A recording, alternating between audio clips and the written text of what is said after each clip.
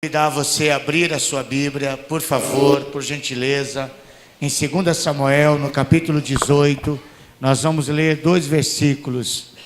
2 Samuel, Antigo Testamento, bem no comecinho aí da Bíblia, mais fácil de você encontrar.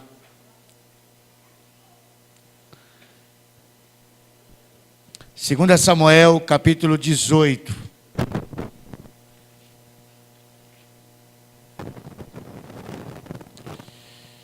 Nós entendemos que o culto é parte que nós falamos com Deus, expressamos a Deus a nossa gratidão, o nosso louvor, onde nós também pedimos, expressamos a Deus os nossos pedidos, as nossas necessidades, mas existe também um momento em que nós paramos para ouvir Deus falar conosco.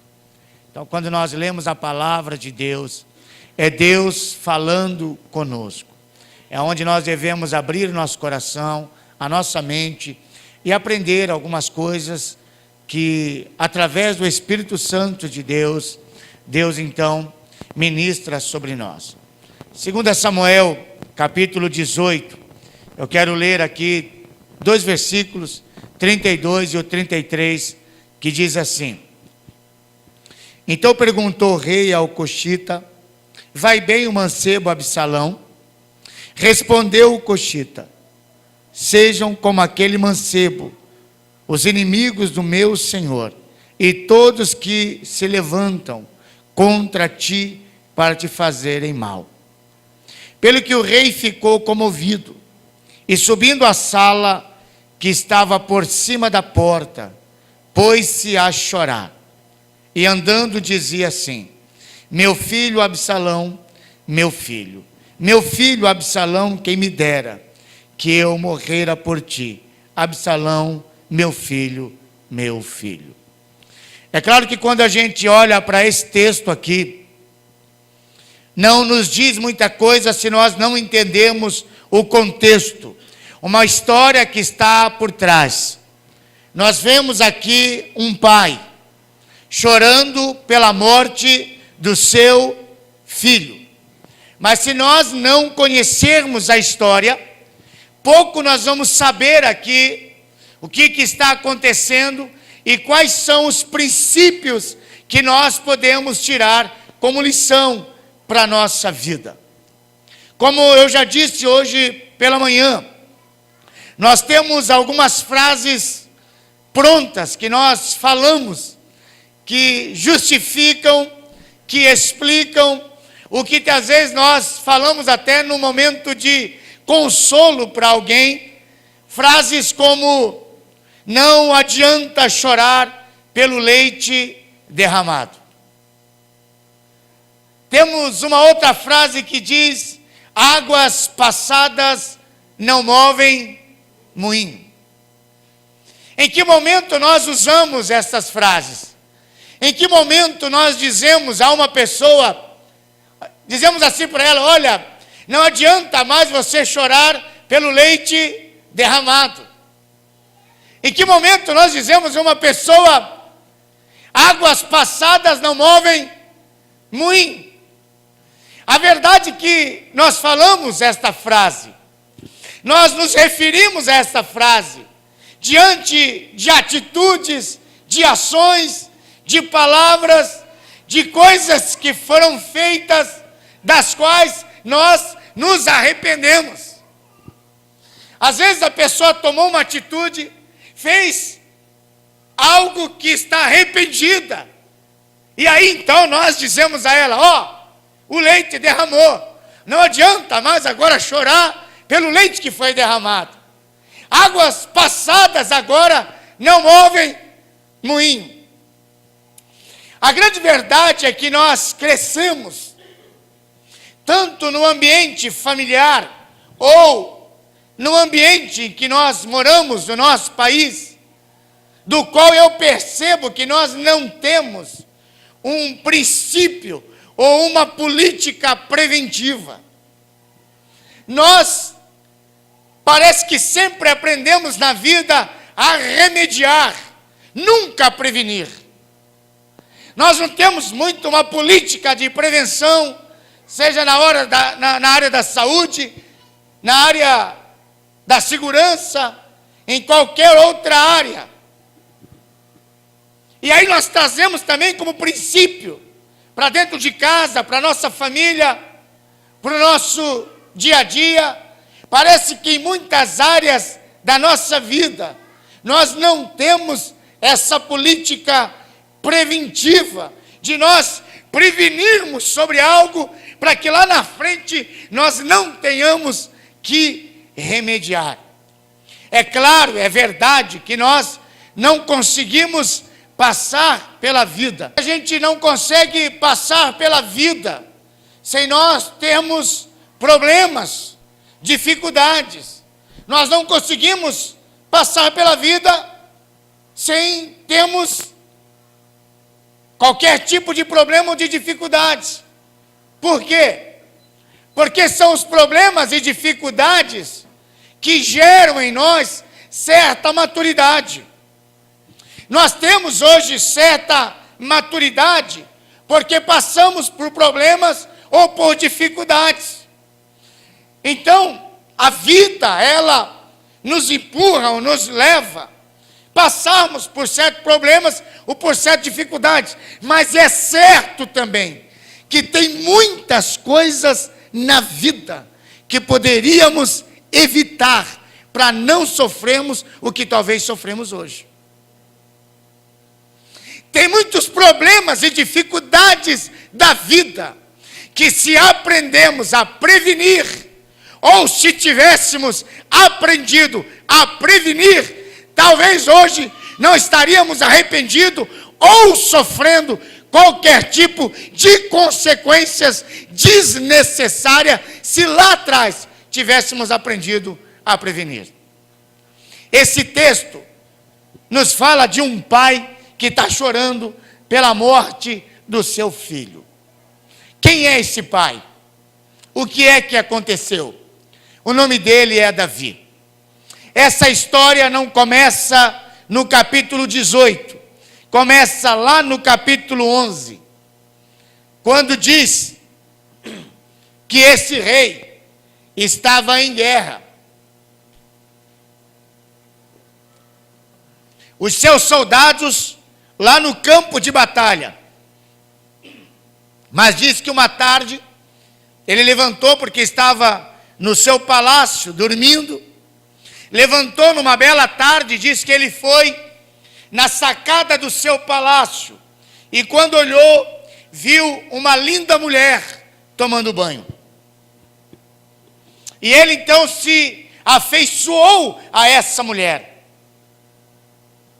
Ele a achou muito bonita, atraente. E ele então perguntou a respeito da mulher, disse: quem é esta mulher? Alguém disse: esta mulher é filha de fulano de tal, mas é mulher de Urias. Ela é casada. Urias, o seu soldado, que está lá na guerra.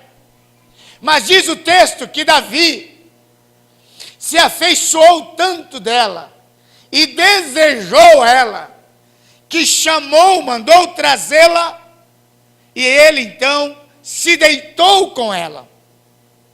Passado algum tempo, ele então recebe uma notícia: ela está grávida.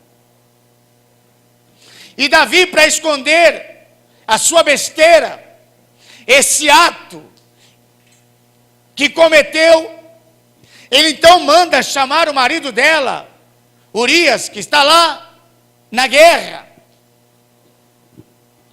Manda que tragam-me. E ele vem. Davi então conversa com ele, no ato de esconder. Pergunta ali da guerra, dá a impressão que são amigos há muito tempo. E Davi diz a ele: olha, vai lá para sua casa, deita com sua mulher, fica na paz. E diz que o sujeito não vai. O sujeito tome na porta do palácio, E alguém diz: Davi, ele não foi para a casa dele, ele dormiu lá no palácio, na frente, lá no relento. Davi diz: tragam ele de novo. Preparou um banquete, preparou as bebidas mais fortes, e disse: senta comigo, bebe e come. E Davi então encheu o sujeito de cachaça, deu vinho, deu uísque da melhor qualidade, e bebe, o cara bebeu, ficou embriagado. Davi disse: agora vai para tua casa, deita com a tua mulher, descansa, vai lá curar esse teu porre. E alguém diz: Davi, o sujeito não foi para casa, ele dormiu de novo na porta do templo, porque esse sujeito embriagado está mais lúcido do que o rei. Esse sujeito embriagado tem mais ética do que o rei. Esse sujeito embriagado é mais fiel do que o rei. E o rei, então, não tendo outra saída, escreve uma carta e diz ao comandante do exército: esse que está levando a carta, esse que está carregando na sua mão, sem saber, a sua sentença de morte, esse, Urias, coloque esse sujeito na linha de frente, para que não escape de maneira nenhuma. E aí passa dias e o rei fica sabendo a notícia. A batalha foi boa, vencemos, tivemos êxito, e ó rei, aquele sujeito morreu. Foi o primeiro. Davi recebe a visita de um homem, de um profeta de Deus chamado Natã. E esse homem visita Davi e diz: Davi, existia um homem que tinha um monte de animal, boi, cabrito, vaca, porco. Podia escolher e comer qualquer um deles. Mas ele tinha um vizinho, e o vizinho dele só tinha um animal. E esse sujeito recebeu então uma visita na casa dele. E ele tinha um monte para servir. Mas diz que ele foi lá e pegou, roubou o único que o vizinho tinha. Ah, Davi ficou furioso. Davi diz: quem foi o sujeito? Quem é que fez uma barbaridade dessa? Um cara desse merece uma surra. Um cara desse tem que morrer. Me fala quem é ele, que eu vou tomar as devidas providências. Natã olha e diz: esse sujeito é você. Cai o semblante de Davi. Davi cai em si. Davi entende o seu pecado. Davi confessa o seu pecado. Davi pede perdão pelos seus pecados. Mas diz a palavra de Deus, de que Deus perdoou o pecado dele e disse: o filho que está na barriga dela vai morrer. E como você tratou isso com a espada agora não vai apartar-se mais da sua casa. Um belo dia, Aminon, filho de Davi, começa a ter uma paixão louca pela sua irmã chamada Tamar. Ele começa a ficar tão enamorado por ela, que ele é a ponto de ficar doente. Ele a deseja tanto e compartilha com alguém, e alguém disse: faz o seguinte, se finge de doente, manda todo mundo embora da sua casa e fala para o rei: eu estou doente, peça que a minha irmã venha fazer algo para mim. O rei não vai recusar. E assim ele fez. E quando a irmã veio fazer algo para ele, diz o texto que Aminon violentou e estuprou a própria irmã. que o sentimento que fez desejá-la foi o mesmo sentimento de repúdio, de nojo, e a expulsou imediatamente da sua casa. E quando ela sai desonrada, rasgando a sua roupa de virgem, ela encontra o seu irmão Absalão, e o irmão pergunta o que é que aconteceu, e ela conta o que é que aconteceu. Ele disse: o rei já sabe, o rei tomou uma providência, fez alguma coisa. Ele disse: deixa comigo. E ele então começa a nutrir um sentimento de ódio e de vingança pelo irmão, e diz: eu vou matar este sujeito. E um dia ele chega para o rei e fala: rei, eu vou fazer umas coisinhas lá em casa, e queria que liberasse o meu irmão para ir lá comigo. Davi sabia, mas Davi não fez nada. Davi diz: não leva o teu irmão, leva a família toda. Ele disse: tudo bem. Mas ele chamou os seus empregados e disse: olha, pega o jovem Amnon, enche-os de bebida e leva para aquele canto, que eu vou acabar com a vida dele. E assim aconteceu. Amnon foi embriagado, foi levado a um jardim, e lá Absalão tirou a vida do próprio irmão, matou, assassinou. Davi não fez nada. Ele fugiu, 3 anos ficou fora. Depois ele volta para o palácio. Ele fica 2 anos no palácio, sem ver o rei, sem contato nenhum com o rei, nutrindo um ódio, uma amargura, um sentimento ruim. E ele então começa a anunciar em Jerusalém, no palácio, de que aqui não há rei, de que não há um homem que governe, que não há um homem justo, de que vocês estão abandonados. E ele então começa a falar mal do próprio pai. Ele começa a ganhar o coração das pessoas, ele começa a ganhar o coração de alguns, começa a montar um exército, começa a se preparar para acabar com o reino do pai e acabar com a vida do próprio pai. E quando Davi vai abrir os olhos, é porque chega alguém desesperado e diz: Davi, arruma as tuas coisas e corre, porque teu filho está vindo aí e vai acabar com a tua vida. Não dá tempo de Davi pegar nada.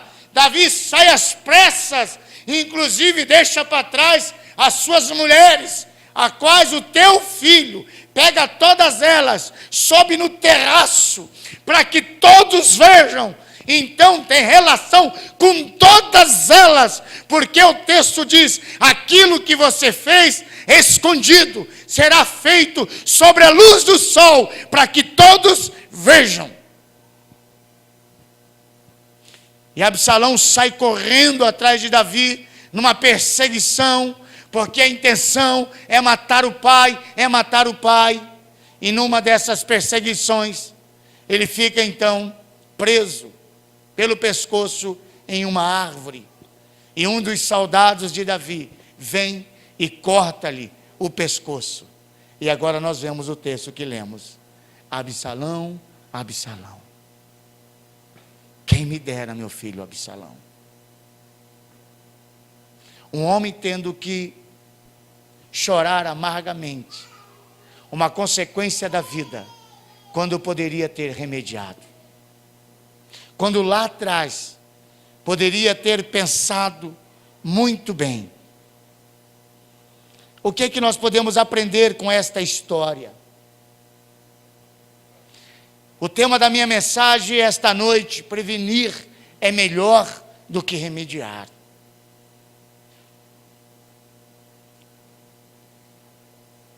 Quando eu olho o versículo 11, capítulo 11, versículo 1 e versículo 2, que diz assim: tendo decorrido um ano, no tempo que os reis saem à guerra, Davi enviou Joabe, e com ele os seus servos, e todo Israel, e ele destruíram os amonitas, e sitiaram a Rabá, porém Davi ficou em Jerusalém. Ora, aconteceu que numa tarde, Davi se levantou do seu leito, e pôs a passear no terraço da casa real, e do terraço viu uma mulher, que se estava lavando, e era esta mulher muito formosa à vista.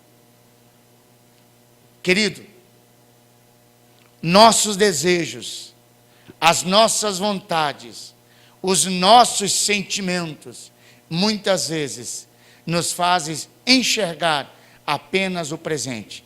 Nós não conseguimos enxergar o futuro e as consequências dele. Muitas vezes, aqui no presente, nós tomamos decisões importantes para a nossa vida, mas porque nós estamos embriagados pelos nossos sentimentos, porque estamos com a nossa vontade acima da nossa razão, nós pensamos apenas no aqui e agora, nós não conseguimos pensar ou tentar enxergar no futuro qual é a consequência das minhas atitudes agora no presente. Porque simplesmente eu estou com vontade, simplesmente eu quero, simplesmente eu coloco como rei. Alguém diz, ela é casada, não importa, ele deseja, ele quer, ele pouco está importando com as consequências que virão dessas atitudes, mas ele está envolvido pelos seus sentimentos, pelas suas vontades. E os sentimentos e vontades, desejos próprios, fazem com que nós apenas pensemos no aqui e no agora. Às vezes é uma relação sexual inconsequente, que leva a uma gravidez, que leva a uma doença sexualmente transmissível. Mas eu quero, eu desejo, eu estou na flor do meu desejo, mas eu não penso a consequência disso amanhã, mas eu estou embriagado pelo meu desejo, eu estou envolvido pelo meu desejo, é tudo que eu quero naquele momento. Eu não consigo pensar, raciocinar de que aquela decisão, no momento, pode trazer e gerar consequências ruins e futuras. Mas eu não consigo pensar, porque apenas estou envolvido pelo sentimento do presente. Eu não consigo pensar nas consequências. E porque não consigo pensar nas consequências, eu não consigo prevenir o que talvez eu vou ter que levar a vida remediando. Um filho prematuro, um casamento prematuro, uma doença desnecessária, e aí você pode trazer para várias áreas da sua vida, decisões que nós tomamos no presente, envolvido apenas pelos nossos sentimentos e pelas nossas vontades, que não nos leva a ter a consciência de prevenção, que depois nós temos que ficar prevenindo, porque nós não temos que ficar remediando, porque nós não conseguimos prevenir. Esses desejos e essas vontades causam em nós duas coisas. A primeira delas é que quando nós desejamos muito e queremos muito, e a vontade ela é muito mais forte do que a nossa razão, nossos olhos se fecham para nós analisarmos as éticas, os bons costumes, o certo ou errado, ou princípios inegociáveis. Inegociáveis, apenas eu defino, eu posso ou não posso. Eu quero ou eu não quero. Mas eu não consigo definir. Um jovem, por exemplo, apaixonado, que de repente ultrapassa a luz vermelha que não deve ultrapassar, ele não pensa naquela hora na ética. Ele não pensa de que a família depositou uma confiança sobre ele. Ele não pensa que talvez o pai e a mãe não deu a ele aquele exemplo, aquele ensinamento. Ele não pensa em nada disso. A única coisa que ele pensa é a vontade e o desejo. Ele diz: eu posso, eu quero, como Davi. Alguém disse: Davi, ela é casada. Ela é esposa de Urias. Ele pouco quis saber, o pouco importa. Importa que eu estou com vontade e desejo, e eu quero, eu posso. Então eu vou realizar o que eu quero e que eu posso.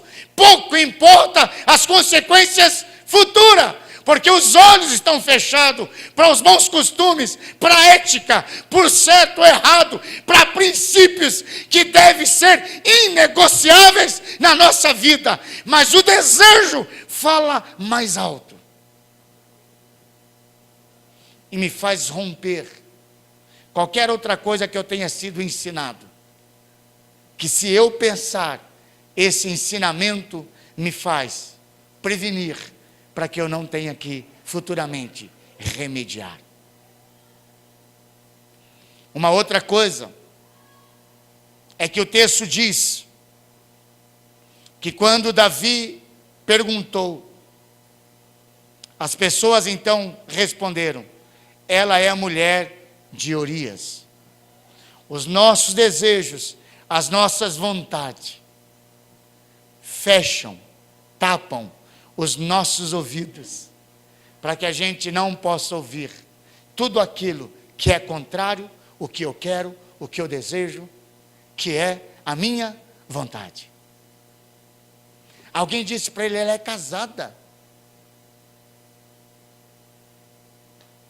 Se nós olharmos aqui, o versículo 3, ele encerra dizendo: mulher de Urias. E o versículo 4 começa dizendo: então Davi mandou trazê-la. Alguém disse: a mulher é bonita, mas é casada, tem dono, ela tem um marido, mas ele está embriagado pelo desejo, pela vontade, é o que ele quer, e porque é isso que ele quer, está embriagado pelo desejo, ele não ouve nenhum tipo de informação que seja contrário ao que ele quer, o que ele deseja. Muitos de nós que estamos aqui, talvez hoje estamos remediando, tivemos em algum momento da vida que remediar, porque em determinado momento não ouvimos, quando pessoas importantes, maduras, espirituais, que querem o nosso bem, que nos amavam, nos deram boas palavras e conselhos, mas nós não ouvimos. E é bem provável que nós temos pessoas aqui, que talvez hoje estão caminhando, e que podem tomar decisões importantes, que no futuro vão ter que remediar, porque talvez hoje não consigam ouvir o que está sendo dito de bom, para que você possa prevenir, parar, pensar, analisar e medir as consequências futuras.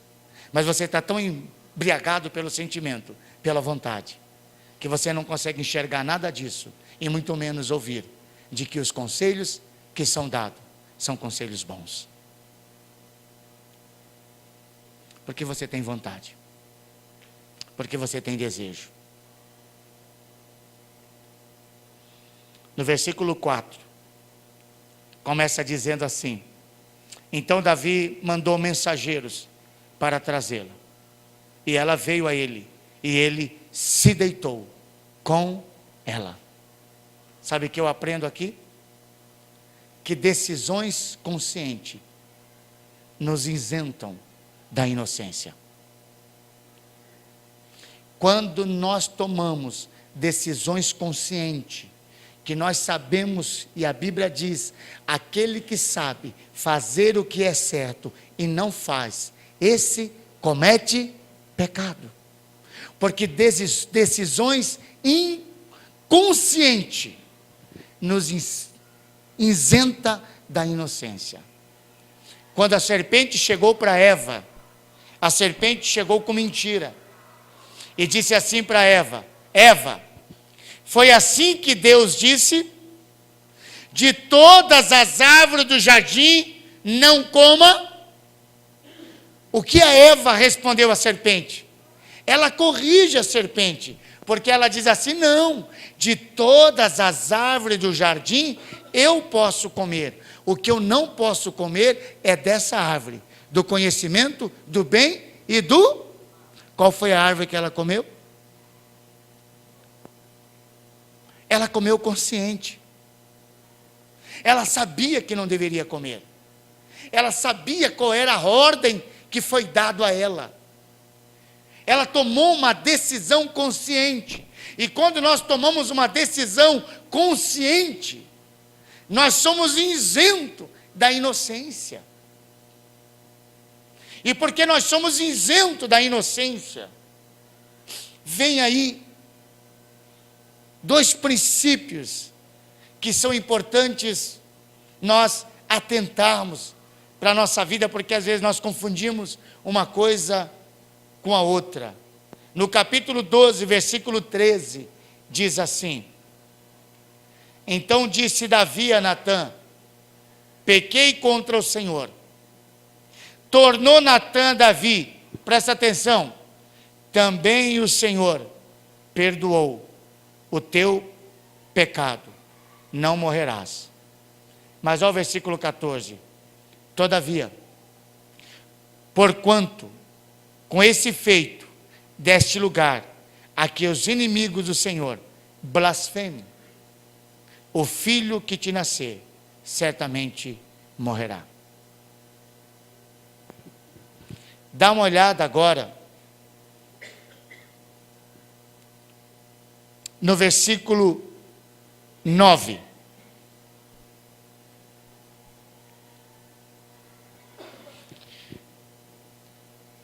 Por que desprezaste a palavra do Senhor, fazendo mal diante dos olhos a Urias, o Heteu, mataste a espada, e a sua mulher tomaste para ser tua mulher? Sim, a ela mataste com as espadas dos amonitas. Agora, pois, a espada jamais se apartará da tua casa, porquanto me desprezaste e tomaste a mulher de Urias, o Heteu, para ser tua mulher. Assim diz o Senhor: eis que suscitarei da tua própria casa o mal sobre ti, e tomarei tuas mulheres perante os teus olhos, e as darei ao teu próximo, o qual se deitará com tuas mulheres à luz deste sol. Pois tu fizeste em oculto, mas eu farei este negócio perante todo Israel, à luz do sol. Nós precisamos aprender aqui duas coisas importantes. Primeira, perdão é diferente das consequências do nosso pecado. Ah, mas Deus perdoou. Deus perdoa. 1 João 1, versículo 9 diz: se confessar os vossos pecados, Ele é fiel e justo para perdoar os pecados e te purificar de toda a injustiça. Não há pecado que Deus não perdoe. É claro, eu cometi um erro, Deus pode me perdoar, mas você vai viver e sofrer as consequências que este erro te traz. Ah, eu tive uma relação sexual no namoro, agora ela está grávida, eu estou completamente arrependido. Deus me perdoa? Te perdoa, mas você vai ter uma gravidez de 9 meses. Você vai ter uma criança precoce. Você vai ter que começar uma vida de casado de trás para frente. Isso é a consequência. É a consequência natural da vida. E o texto nos fala de duas consequências: imediata e futura. A consequência imediata, qual é? O filho que está na barriga dela vai morrer. Consequência futura é, porque feriu a espada não vai se afastar da tua casa. E aí a história que eu contei do filho,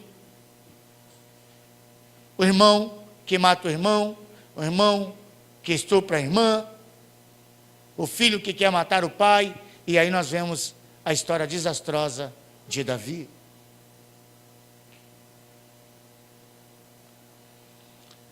Quando nós cometemos pecado sabendo que é pecado, sabe, nós somos isentos da nossa inocência. E por mais arrependido que a gente esteja, o Senhor nos perdoa, mas nós vamos viver consequências. Tem jovens, por exemplo, que têm relação sexual antes do casamento. E ninguém sabe. Às vezes você esconde muito bem, por mais que a gente que tem experiência, consegue ver estampado na tua cara.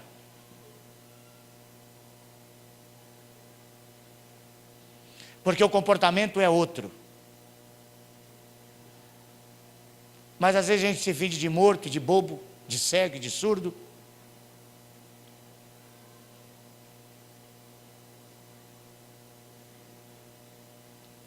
E aí hoje você até pede perdão.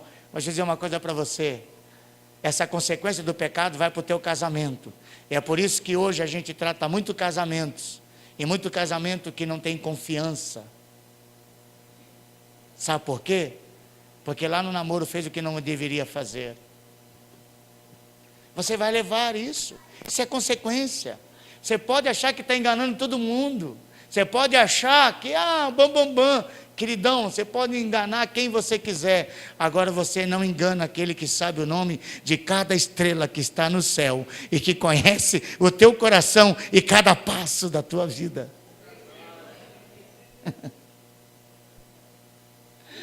E às vezes quando a gente acha que está fazendo os outros de otário, mal a gente sabe que o otário é a gente mesmo.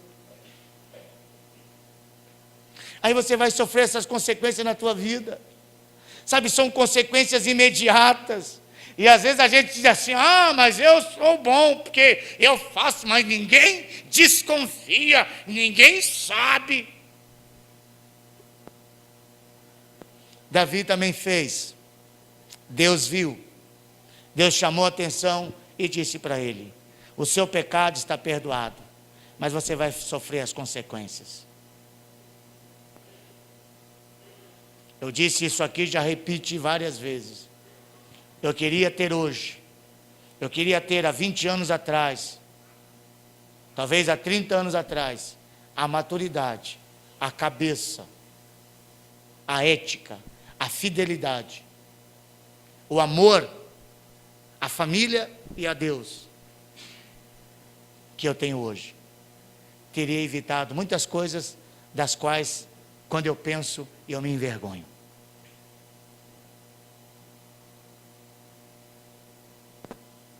Por não pensar, por não aprender a prevenir, muitas coisas da minha vida eu tive que remediar.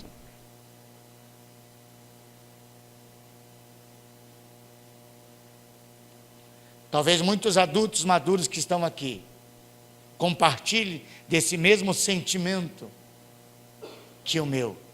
Mas muitos de vocês que estão aqui, talvez que estão começando a vida, relacionamento e qualquer coisa, não precisam ir pelo mesmo caminho que muitos de nós fomos. O que Davi fez não é para a gente se orgulhar. O que Davi fez não é para a gente bater no peito e dizer: ah, mas Davi era segundo o coração de Deus. E se Davi, que era tão íntimo de Deus, cometeu o que cometeu, eu sou muito mais fraco do que ele. E se Deus perdoou ele, vai me perdoar também. O que Davi fez não é para a gente olhar e se orgulhar. O que Davi fez, e está escrito na palavra de Deus, é para que eu e você não trilhamos o mesmo caminho que Davi trilhou, para nós não chorarmos da mesma maneira que nós encontramos Davi chorando. As pessoas inteligentes e sábias aprendem com os erros dos outros. Se a pessoa atravessou a ponte e caiu porque a ponte está quebrada, você também não precisa atravessar a mesma ponte. Você tem duas opções: ou dar a volta para outro lugar mais seguro, ou corrija essa ponte para que você possa atravessar. Porque você atravessar uma ponte que sabe que alguém caiu, para cair também, você sabe o que isso significa.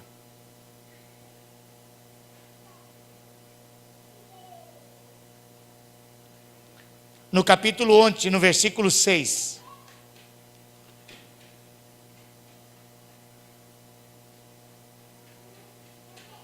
Vou ler aqui o versículo 15, para a gente dar uma adiantada.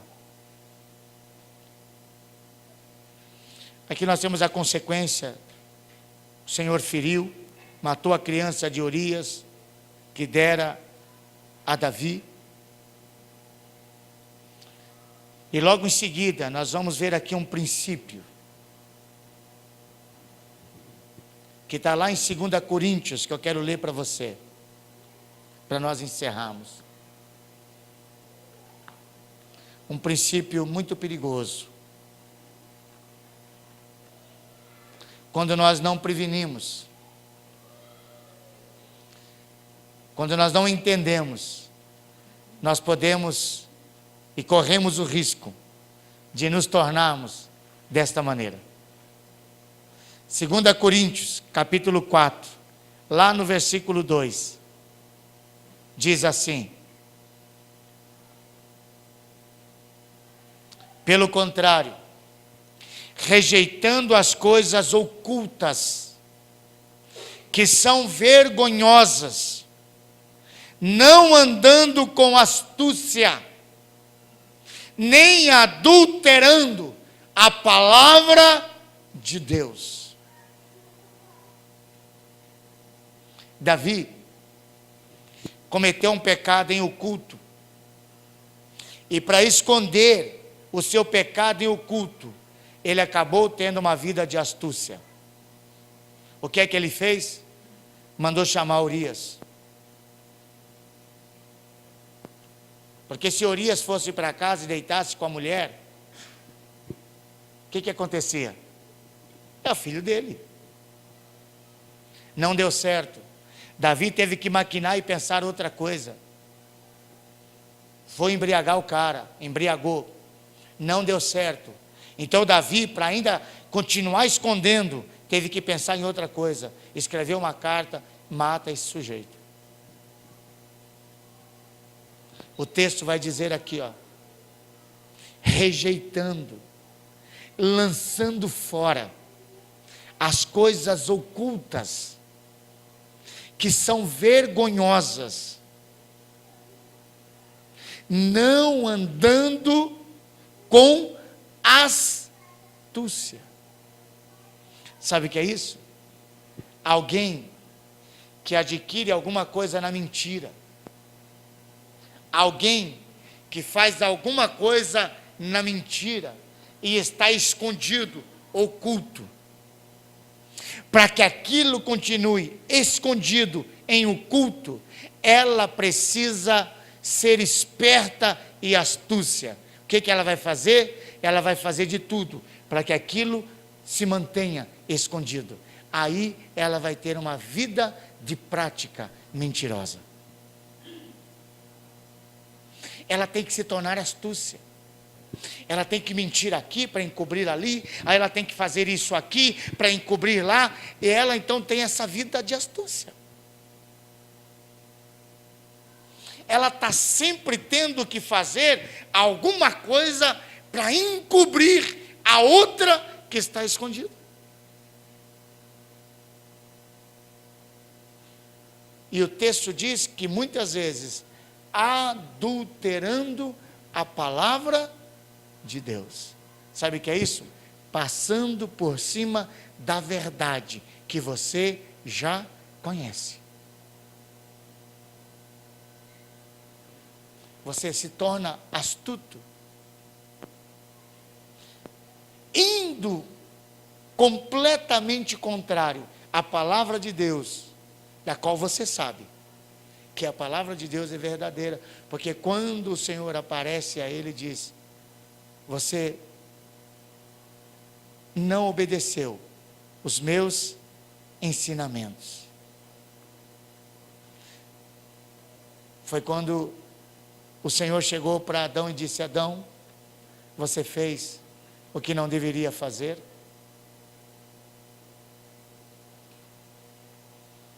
Você fez o que não deveria fazer.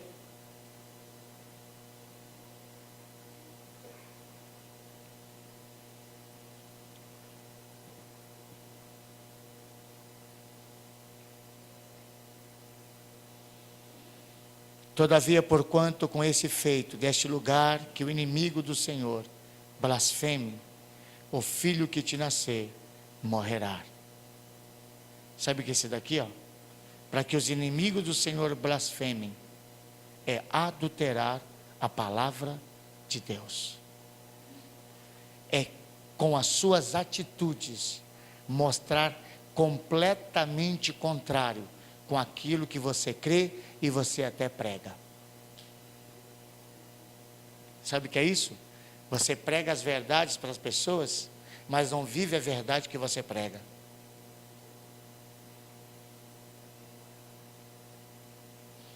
Você fala para as pessoas que seguir a Jesus é bom, ser fiel a Jesus é bom, mas as pessoas veem na sua vida uma vida de pilantragem, uma vida de ganância, uma vida de mentira.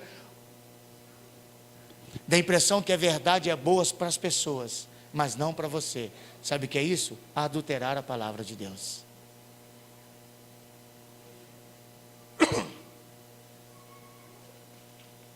O Senhor repudia isso. Por que desprezaste a palavra do Senhor, fazendo mal diante de seus olhos? Por que desprezaste a palavra do Senhor?